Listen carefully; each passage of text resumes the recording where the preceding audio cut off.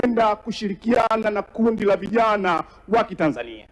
Mheshimiwa Naibu Spika, kwa mujibu wa takwimu, nguvu kazi ya taifa hili 55% linatokana na vijana, lakini vijana hao wa Tanzania bara kwa mujibu wa takwimu wanafikia angalau milioni 20 kufikia saa hizi. Lakini ukiangalia takwimu za TRA, katika nguvu kazi ya taifa ambao 55% ni vijana, ni milioni 2.2 tu ndo ambao wameingizwa kwenye mfumo rasmi wa ulipaji wa kodi. Sisi kama taifa hapa lazima tuangalie namna gani tunakwenda kuutilize money power ya vijana ili tuweze kuingiza kwenye mfumo rasmi wa ulipaji wa kodi na tuweze kutekeleza haya mahitaji ya bajeti hii na bajeti zinazokuja. Mheshimiwa Naibu Spika, ipo mipango mingi ya serikali ambayo inaelekeza vijana waweze kushirikishwa, na mimi ninaomba nishauri. Tumekuwa na baraza la uwezeshaji maendeleo ya vijana. Lile baraza ukiliangalia linadili sana na mikopo badala na masuala ya ajira. Naomba serikali yangu nishauri, ni muda sasa umefika sisi kama taifa kuleta sheria ya kuanzishwa kwa chombo ambacho kitaweza kuratibu hoja na matatizo yote ya vijana hasa kwenye ajira.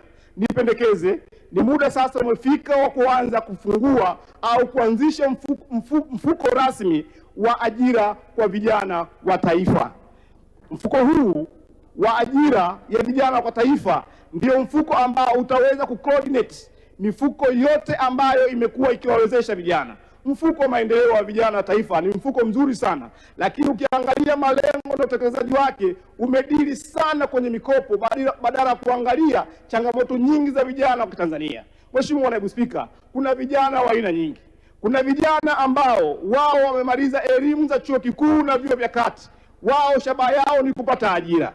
Kuna vijana ambao tayari wana biashara lakini wanahitaji washikwe mkono ili waweze kukuza biashara zao na kwenda kutoa ajira kwa watu wengine. Lakini kuna vijana ambao wako mtaani, wako vijijini, huko Msikisi na Matutwe, Chiwale, wao hawana elimu yoyote lakini wanahitaji washikwe mkono waweze kupewa incubation ili waweze kuendesha biashara zao. Sasa sisi kama taifa hatuna chombo ambacho kinaweza kucoordinate hawa watu wote na kuwa kitu hichi kimoja. Sasa nishauri serikali yangu na niombe bunge hili tupitishe, tuje na mswada wa sheria wa kuleta hapa bungeni tuweze kuanzisha mfuko wa taifa wa ajira ambao wenyewe utakwenda kuziwajibisha wizara zote kwa kuziamulia kutenga angalau bajeti ya 2% ambazo ziende kwenda kuanzisha ajira kwa ajili ya vijana. Mheshimiwa Naibu Spika, leo hii wizara nyingi za kisekta zimesahau wajibu wao wa kuwasaidia vijana. Kwa sababu gani? Juzi hapo Daktari Samia Suluhu Hassan ametoa fedha zaidi ya bilioni 200. Zile fedha bilioni 200 hizi wizara ndizo sasa zinachukua kama ni njia ya kwenda kuwasaidia vijana na kusahau kwamba jukumu lao la msingi wanatakiwa wao waweze kuchangia ajira kwa vijana. Sasa leo hii Daktari Samia Suluhu ametoa hizo fedha. Mwakani asipotoa hizo fedha, vijana wataenda kusaidiwa na nini? Nishauri lazima tuwe na chombo ambacho kitakuwa na source yake ya income na kitaweza kutoa ajira leo, kesho, mwakani mpaka kufikia 2050. Badala ya kuwa mipango ya muda mfupi, sasa tunatakiwa tuje na mipango ya muda mrefu ya kuwasaidia vijana wa Kitanzania hasa wanaoishi vijijini. Mheshimiwa Naibu Spika, sambamba na hilo, nipongeze serikali.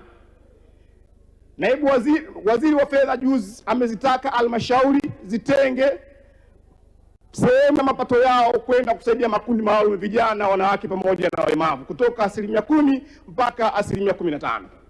Hili ni wazo zuri na hii sheria ilianza toka 2018. Tumefanya vizuri sana. Lakini Mheshimiwa Naibu Spika, mimi nimekuwa nina maswali machache. Ukiangalia na ukisoma ripoti ya CAG tangia mwaka 2018 tulipoirasimisha hii sheria, halmashauri nyingi angalau 50% zimeshindwa kutekeleza hii sheria.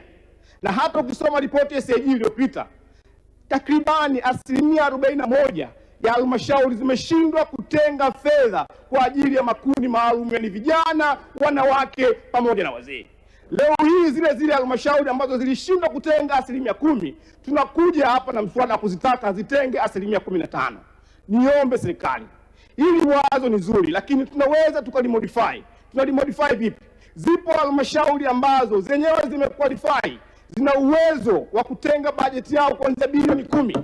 Kwa nini hizo tusizipe maelekezo kwamba zao ndio zitenge hiyo 15%, na zile halmashauri ambazo mapato yake ni ya bilioni 5 tungeosogeza kidogo, angalau wao watenge 12.5, na zile halmashauri ambazo ziko chini ya bilioni 5 wao tungewapa target wafikie kwanza malengo ya kutenga 10%, kisha wakisha qualify tuwapeleke kwenye daraja linalofuata. Ni wazo zuri, mimi naungana nalo na wala sipingana nalo. Taarifa. Mheshimiwa Fadhili, wa taarifa kutoka Mheshimiwa Lutengano. Mheshimiwa Naibu Spika, napenda kumpa taarifa mzungumzaji kwamba jambo analolisema ni la kiutafiti sana, na 59% ya halmashauri katika nchi yetu zinakusanya chini ya shilingi bilioni 3. Unaweza kuendelea.